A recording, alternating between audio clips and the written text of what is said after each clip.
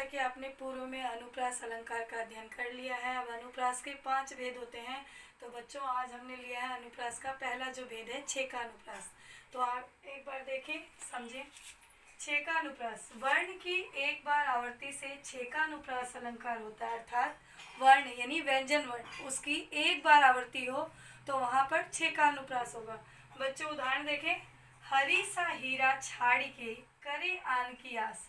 अब बच्चों इसमें हरी जो वर्ण है 2 बार आया है, यानी वर्ण की एक बार आवर्ती से छेका अनुप्रास अलंकार होता है। जो वर्ण व्यंजन होता है उसकी एक बार आवर्ती से।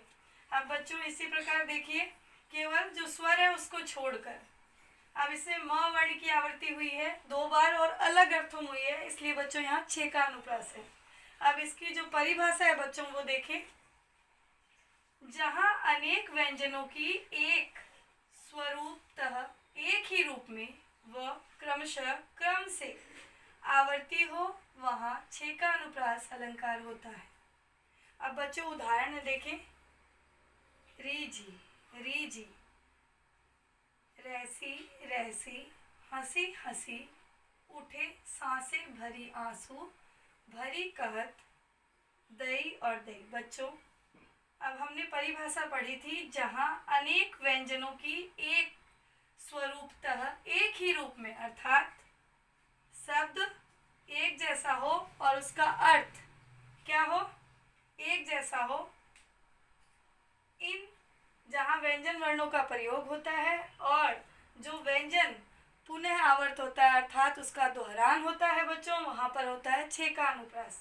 तो एक बार पुनः समझ लें, जहाँ अनेक व्यंजनों की एक स्वरूपतः एक ही रूप में व क्रमशः क्रम से अर्थात लाइन से आवर्ती हो वहाँ छेका अनुप्रास अलंकार होता है। उदाहरण है बच्चों, रीझी रीझी, रहसी रहसी, हंसी हंसी, उठे सांसे, भरी आंसू, भरी कहत है, दई दई। बच्चों इसमें कहने का अर्थात तात्पर्य यह है कि जहाँ वर्ण व्यंजन जो होता है उसकी आवर्ती बार बार हो लेकिन उसका अर्थ अलग ना हो तो वहाँ छेका अनुप्रास होगा। बच्चों अब हम करेंगे वृत्त्यानुप्रास। बच्चों जैसा कि आपने अनुप्रास का प्रथम भेद छेका अनुप्रास का अध्ययन कर लिया, अब हम करते हैं दूसरा है बच्चों वृत्त्यानुप्रास। इसकी परिभाषा इस प्रकार है, जहाँ एक या अनेक वर्णों की अनेक बार आवर्ती हो, अर्थात एक वर्ण चाहे वो व्यंजन हो चाहे स्वर हो उसकी आवर्ती एक से अनेक बार होनी चाहिए। अब उदाहरण है बच्चों, चारु चंद्र की चंचल किरणें खेल रही थी जल थल में। तो बच्चों समझने के लिए देखें, इसमें च वर्ण की आवर्ती कई बार हुई है, इसलिए यहाँ वृत्त्यानुप्रास है, यानी स्वभाव के अनुसार। वृत्ति का अर्थ होता है बच्चों स्वभाव, यानी वृत्ति कैसी है तो च वर्ण की आवर्ती बार बार हो रही है, यानी अपने स्वभाव को ये नहीं छोड़ रहा। अब बच्चों साधारण तौर पर इसको समझते हैं।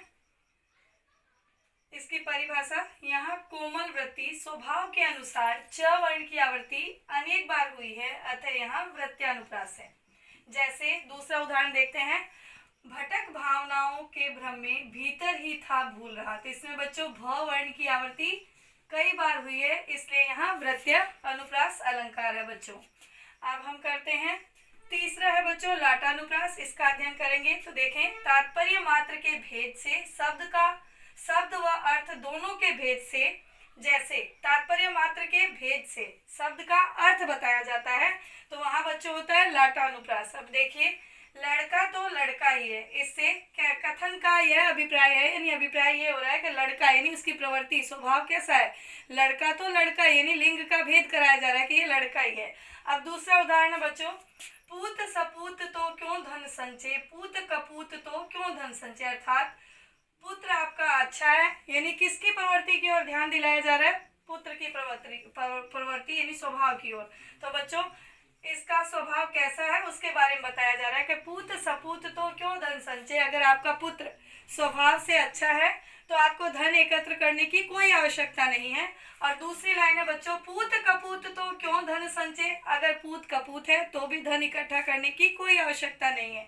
अगर वह सक्षम है तो वह कार्य को पूर्ण कर लेगा और असक्षम है तो भी वह कार्य को किसी ना किसी प्रकार अपने जिस भी कार्य को कर रहा है उसको पूरा कर लेगा। बच्चों अब हम करते हैं श्रुत्यानुप्रास। इसको ध्यान से सुने, जिस वाक्य को सुनने से कानों को मधुर लगे ऐसे पुनः आवर्ती वाले वर्णों के कारण शब्द कर्ण प्रिय हो जाता है, यानी कानों को प्रिय लग जाता है। उन्हें श्रुत्य अनुप्रास अलंकार कहते हैं। श्रुत्य का मतलब होता है बच्चों श्रवण यानी सुनना, यानी सुनने में जो वाक्य हमें जैसे दोहा है, चौपाई है, सुनने में बहुत ही कर्ण प्रिय लगते हैं, यानी कानों को अच्छा लगता है, तो वहाँ होता है बच्चों श्रुत्य अनुप्रास।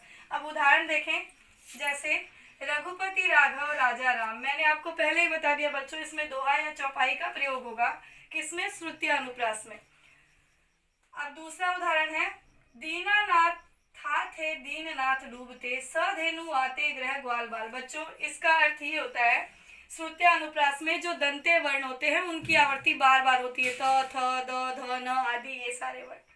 अब बच्चों हम करते हैं पांचवा, ये अनुप्रास का पांचवा भेद है, अत्यानुप्रास। जिस वाक्य के अंदर तुकबंदी हो, अर्थात पद का क्रम एक के बाद जारी रहे, जिस वाक्य के अंदर तुकबंदी हो वहां अत्यानुप्रास अलंकार होता है। अब उदाहरण है बच्चों देखिए, खेदी खेदी खाती दिन दारुण दलन के।